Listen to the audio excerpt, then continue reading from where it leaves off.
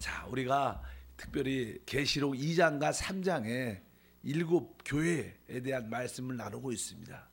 에베소 교회 이후 서머나, 그다음에 세상과 결혼한 이 버가마 교회, 그다음에 천주교화된 이 두아디라 교회와 또 3장에 개신교 모습을 드러내는 4대 교회 모습을 우리가 말씀을 나눕니다. 이 아까 말씀드린 서머나에서 이 버가모 교회에서 또 두아디라나 이 4대 교회에서 우리는 세 가지 어떤 종교적인 변형된 종교의 모습을 볼 수 있다. 그래서 첫 번째는 유대교다.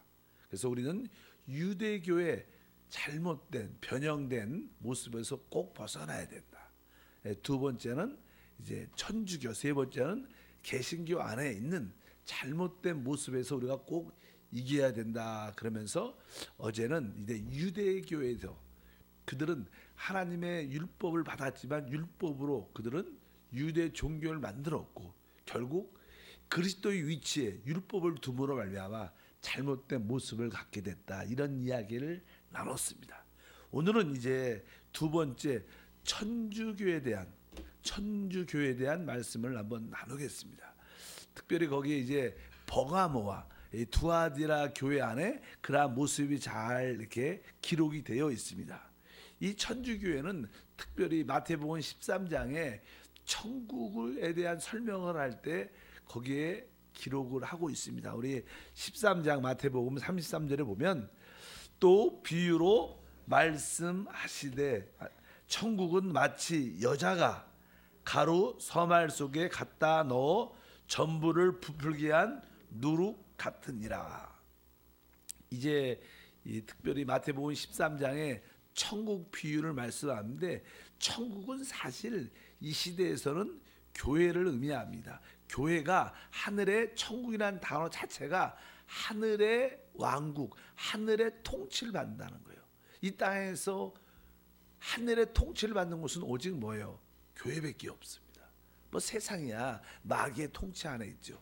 그렇기 때문에 천국에 대한 어떻게 천국이 시작되는가, 통치 안에 있는가. 그래서 처음에 씨를 뿌리는 바로 예수께서 그 생명의 말씀을 씨 뿌리는 비유를 통해서 시작하신 다음에 이제 알곡과 가라지, 이 교회 안에는 참된 알곡 밀이 있는데 그 사단이 가라지 씨를 뿌려서 이 종교 안에는, 이 기독교 안에는 항상 참된 신자와 거짓 신자가 있다는 그런 표현을 쭉 합니다.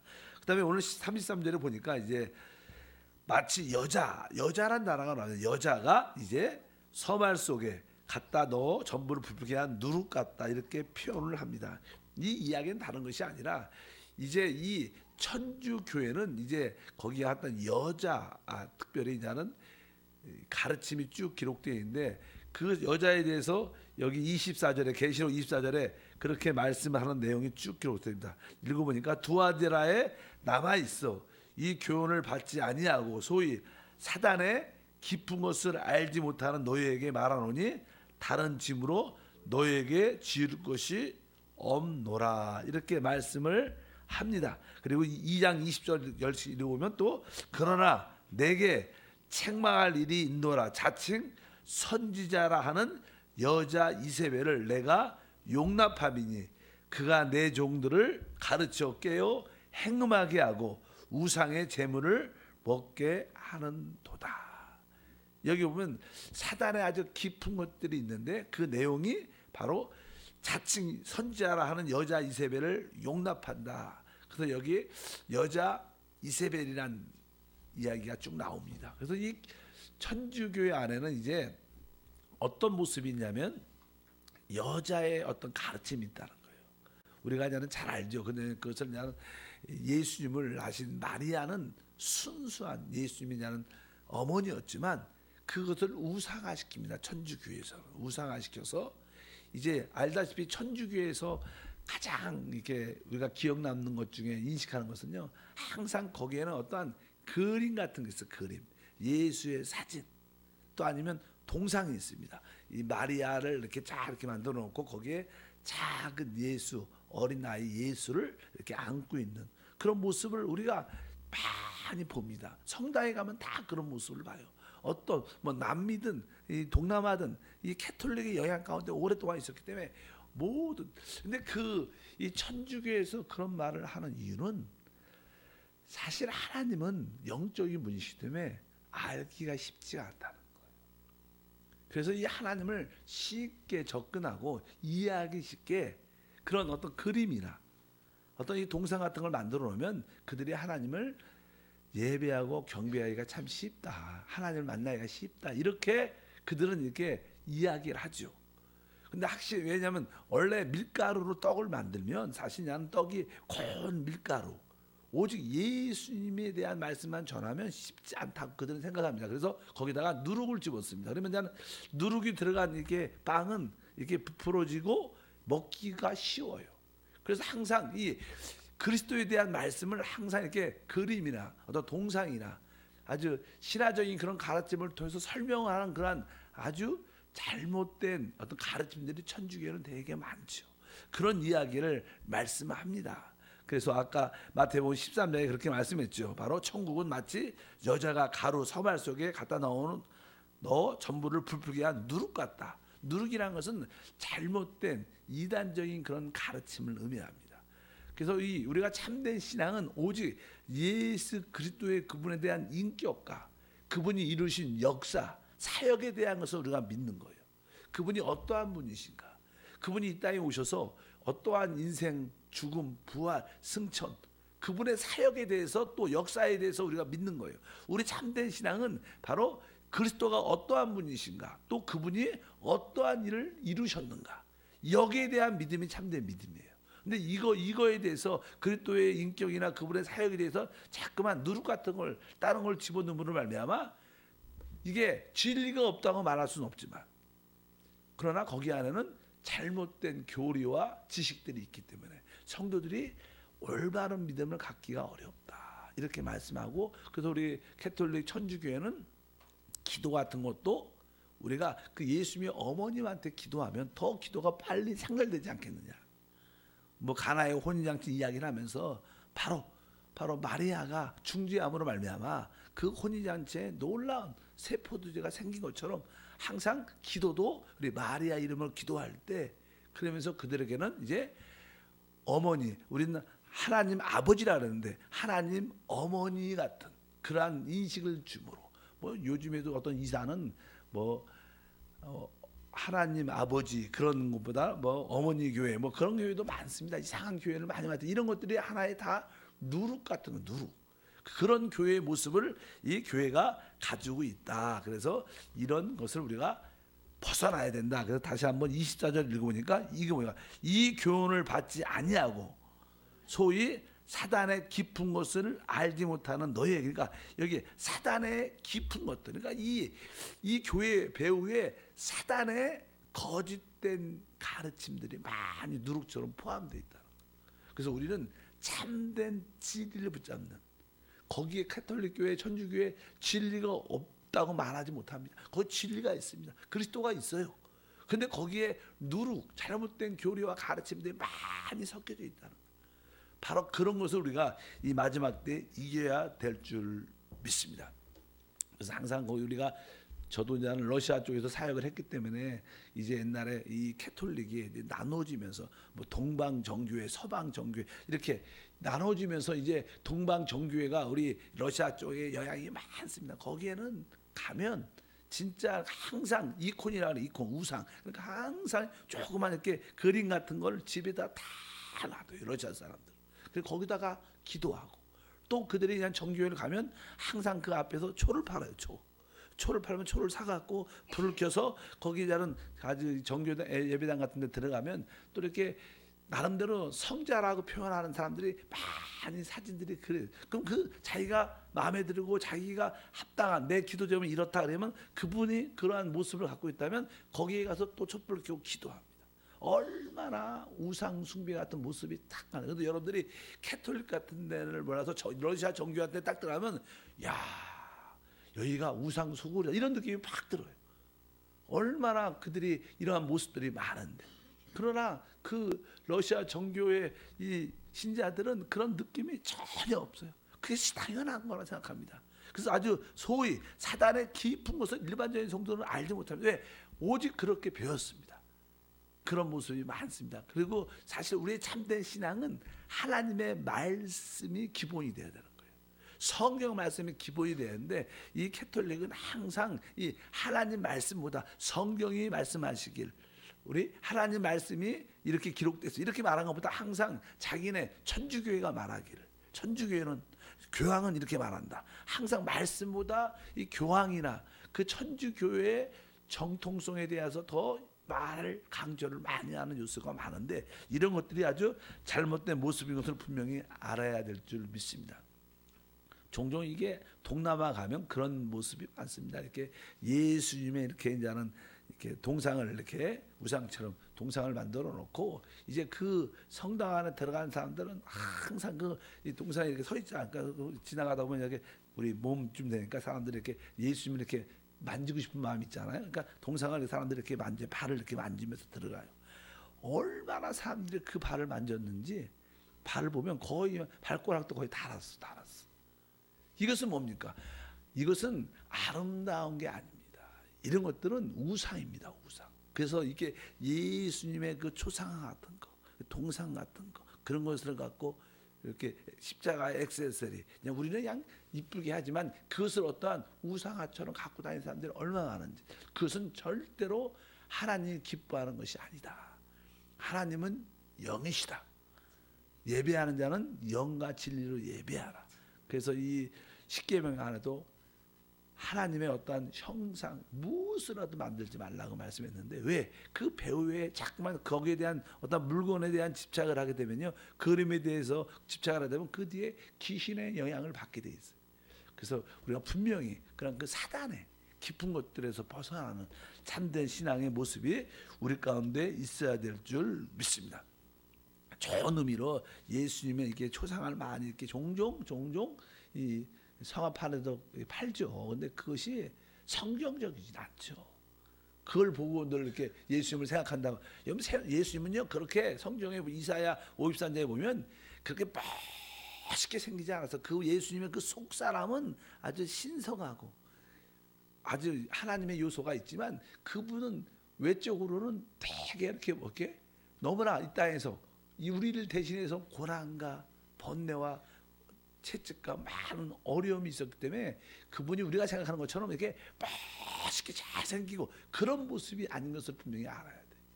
그분은 바로 우리의 죄가 되기 위해서 오신 분입니다. 그래서 우리가 이사야도 그렇게 우리가 흠모할 만한 것이 그분에게 하나도 없었다. 외적으로는 그렇습니다. 외적으로. 바로 그런데 그것을 미화시켜서 멋있는 남자 얼굴을 놓고 그게 예수님이라고 생각하면서 거기를 향해서 바라보고 기도하는 그런 캐톨릭의 우상적인 모습이 얼마나 큰 누룩인지, 그런 것을 우리가 기억해야 될 것이다. 이렇게 말씀을 드릴 수 있습니다.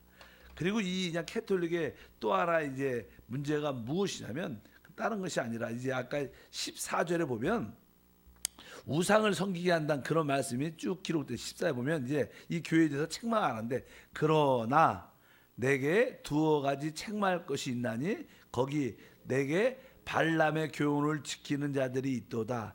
발람이 발락을 가르쳐 이스라엘 자손 앞에 걸림돌을 놓아 우상의 제물을 먹게 하였고 또 행음하게 하였다. 이 캐톨릭 교회의 또 하나의 모습은 이제 여기 발람의 교훈을 지키는 자들, 이것은 다른 뜻이 아니라 이 신앙의 어떤 모습이 이 돈과 관련되어 있는 모습을 많습니다. 그럼 돈과 관련되면 우상이죠. 세상 사람들이 왜 우상을 섬깁니까? 왜 우상을 갖고? 어떤 내가 이것을 갖고 있으면 운동이 잘 될 것 같아. 뭐 스포츠 하는 사람도 뭐 같은 걸 많이 이렇게 이렇게 목걸이나 뭐 많이 가지고 있어요. 나름대로 우상. 왜? 자기의 어떤 축복과 자기의 안전을 위해서 그런 걸 갖고 있어요. 우상을 사람들이 갖는 섬기는 이유는 다릅니다. 자기의 어떤 보호를 받고 또 자기의 어떤 축복을 받기 위해서 우상을 섬기는 거예요, 사람들. 이런 것들이 사실 그 배후에 귀신의 역사가 있는데, 이것은 다 뭐예요? 자기의 물질과 자기의 건강과 자기의 축복을 위해서 관련되기 때문에 이런 모든 신앙생활이 오직 우리가 하나님을 안에서 하나님을 참으로 경배하면 그런 걸 보호하고 지켜주시죠. 그러나 목적이 참된 하나님을 경배하고 주님을 사랑하는 게 아니라 오직 나의 축복을 위해서만이 그것을 지키고 바라본다면 그것은 우리에게 우상이 될 수 있다.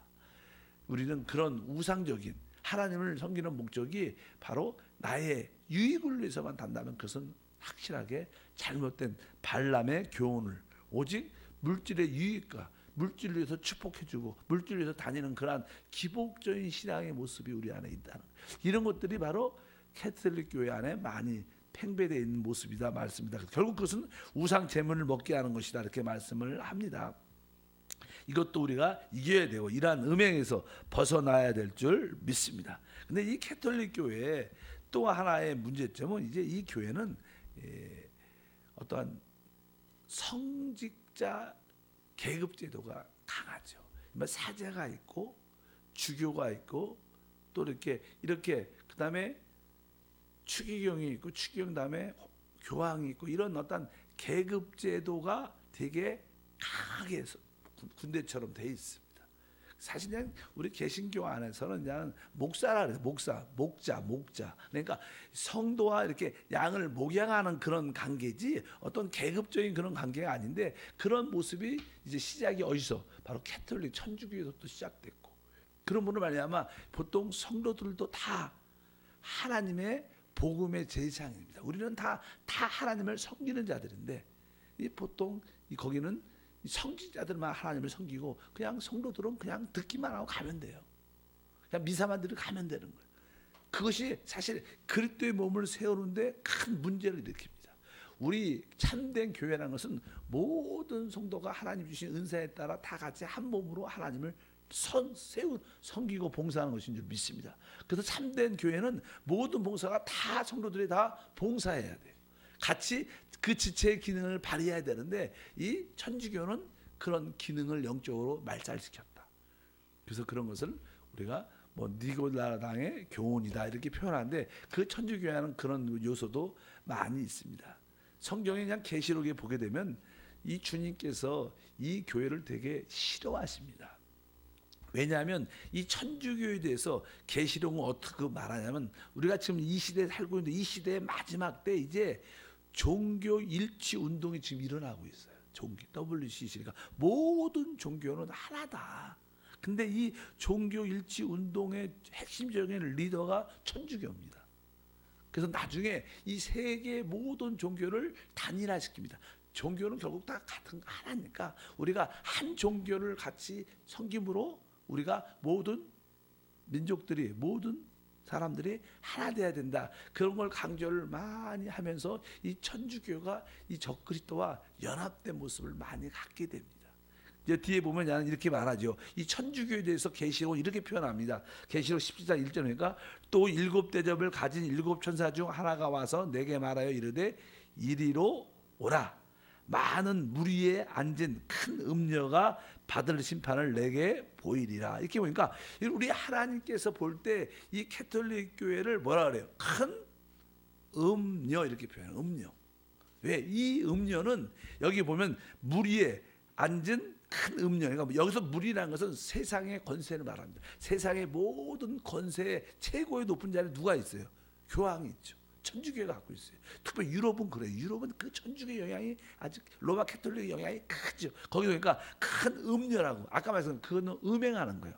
그들은 참된 그리스도가 아니라 또 다른 것도 겸하여 섬기고 있대. 음녀라 표현합니다. 그래서 그 큰 음녀가 받을 심판을 내게 보이리라 그러면서 5절에 보니까 그의 이마에 이름이 기록되었으니 비밀이라 큰 바벨론이라 땅의 음녀들과 가지한 것들의 어미라 하였더라. 그래서 앞으로 이 캐톨릭이 로마 캐톨릭이 모든 종교 일치 운동의 주도자가 돼서 그렇게 같이 하나님을 섬긴다는 그런 표현하에 이렇게 만들기 때문에 결국 그는 또 적그리스도와 함께 일을 합니다. 그래서 처음에는 적그리스도와 함께 서로 하나님에 대한 마음으로 일을 하다가 나중에는 적그리스도가 내가 하나님이라 그러다 보니까 이 종교를 없애야 되니까 종교를 적그리스도가 완전히 멸절시키는 그런 이야기가 쭉 기록되어 있습니다. 이 캐톨릭에 대해서 17장 6절도 다시 읽어보면 또 내가 보매 이 여자가 성도들의 피와 예수의 증인들의 피에 취한지라 내가 그 여자를 보고 놀랍게 여기고 크게 놀라니 이렇게 말씀을 하고 있어요. 여기 보니까 또 내가 보니 이 여자가 성도들의 피와 예수의 증인들의 피에 취했다. 그러니까 사실 교회 역사를 보면요, 이 캐톨릭 로마 캐톨릭의 영향 안에서 가장 신실한 신자들을 가장 많이 죽인 자들이 누군가? 우리가 보통 뭐 회교 또 다른 종교 정치자들 이렇게 생각하지만 실제로는 이 두아디라의 교회에 속했던 캐톨릭이 가장 나름대로 신실하게 하나님을 믿는 자들, 그리고 교황을 반대하고 천주교를 반대하면 다 이단이니까 진짜 말씀의 근거에서 하나님을 섬기겠다라고 외친 사람들을 많이 죽였습니다. 그러니까 여기 교회가 성도들의 피와 예수의 증인의 피에 취했다. 많은 사람을 순교시켰다는 거예요. 누가? 이 천주교회가 그런 모습을 역사적으로도 실제로 가지고 있습니다. 그러니까 이 사도 요한이 내가 놀랍고 놀랍게 여기다. 어떻게 그럴 수가 있나? 교회가. 근데 우리 하나님이 올 때는 그 교회를 그렇게 보신다는 거예요. 그래서 뒤에 보면 이제 주님께서 16절에 다 같이 한번 읽어볼까요? 내가 본바 이 열불과 짐승은 음녀를 미워하여 망하게 하고 벌거벗게 하고 그의 살을 먹고 불로 아주 사르리라. 그래서 마지막 때 이제 적 그리스도가 그 적 그리스도를 따르는 10개의 그 나라들이 로마 이탈리아 로마 캐톨릭을 완전히 멸망시켜 버립니다.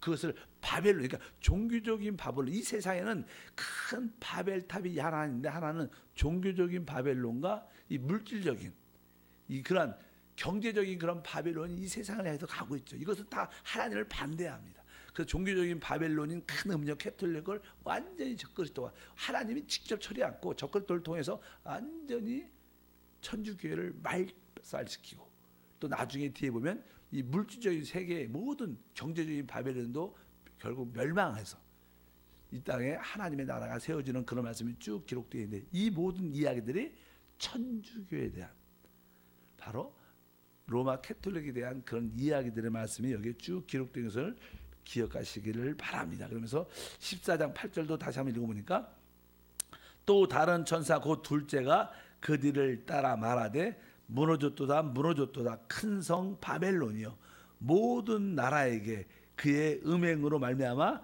진노의 포도주를 먹이던 자로다 하더라. 그러니까 이 로마 캐톨릭이 많은 참된 신자들로 하여금 음행하도록, 참된 그리스도를 섬기지 못하도록, 다른 것과 겸하여 섬기도록 음행하도록 만들었다는 거예요. 그래서 이 주님께서는 마지막에 그러한 교회에서 나오라고 외침이 있어요. 왜? 이 교회는 크게 화를 입죠. 멸망하죠. 그러니까 거기서 참여하지 말고, 그 재앙에 참여하지 말고 거기서 빠져나오라고 주님께서 말씀하십니다. 그래서 우리의 신앙생활은 이 참된 그리스도의 사역과 그리스도의 인격 안으로 돌아와야 돼요. 우리의 신앙은 우리 주 예수 그리스도가 우리 하나님 것을 확실히 알아야 합니다. 종교적인 그런 우상적인 또 어떤 성자적인 그런 모습에서 벗어나서 그리스도의 한 몸을 이루는 놀라운 은혜의 역사를 가져야 될 줄 믿습니다.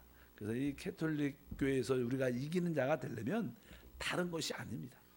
이기가 되는 이런 것들을 우리가 이기는 것이다.